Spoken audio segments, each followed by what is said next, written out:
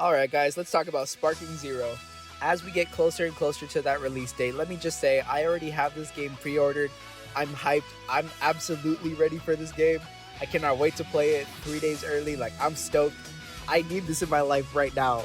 I also can't believe that the whole roster got leaked a little bit after that last video that I made. So I'm glad that I was able to like kind of speculate that Daima Goku would be in the game and the movie characters would get in, because that's what ended up happening.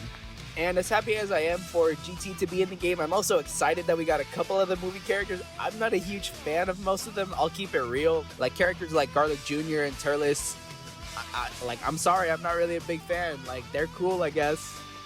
But somebody like Android 13 and then Z Broly and Cooler, and bro, we even got Hirudegarn.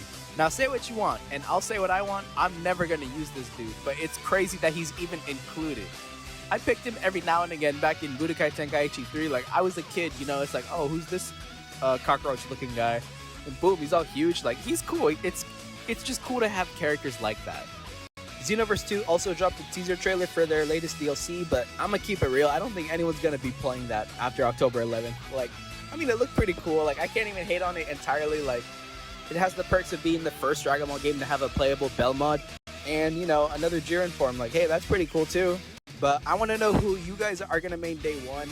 Like, you already know who I'm going to main. Like, just look at the thumbnail. Like, keep up with the program, guys.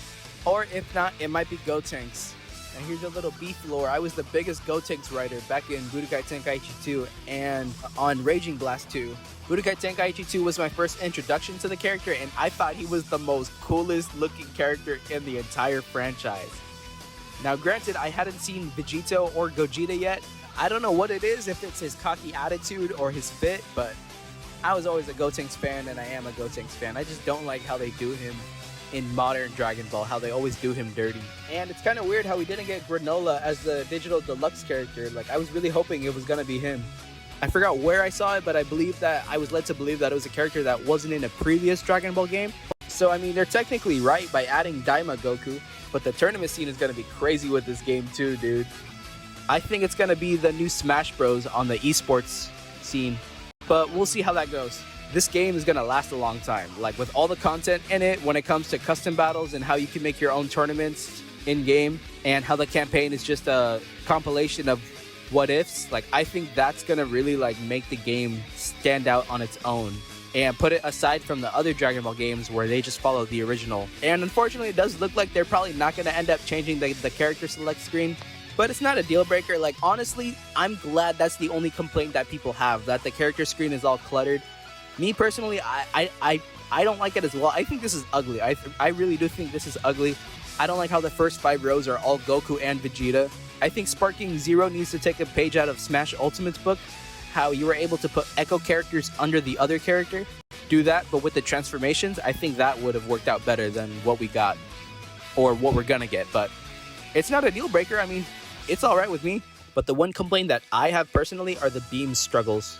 I really hope that there's a toggle for the universe break. Characters like Raditz don't have any reason contending with Beerus in a beam clash that breaks the universe. Unless, of course, you're Kaba versus Super Saiyan 4 Gogeta. Then at that point, you're just built different. But let me know what you guys think about the game. Is the roster perfect, or do you wish that they added more characters? I think they could have went a little extra more. Like, I think we could have gotten Pikkon. Rest in peace, Pikkon! It's kind of weird how we didn't get all of the GT villains. Like, we didn't get the Fire and Ice Dragons, and we didn't get Super 17. But I'm gonna let Bandai cook. I mean, maybe they're gonna come in a later DLC. Along with Granola, I really do think we're gonna get like a manga DLC pack. The only idea that I have that we're gonna get a manga DLC pack is that one of Dragon Ball Super Vegeta's moves are from the manga. So, I mean, here's hoping, fingers crossed, you know, knock on wood.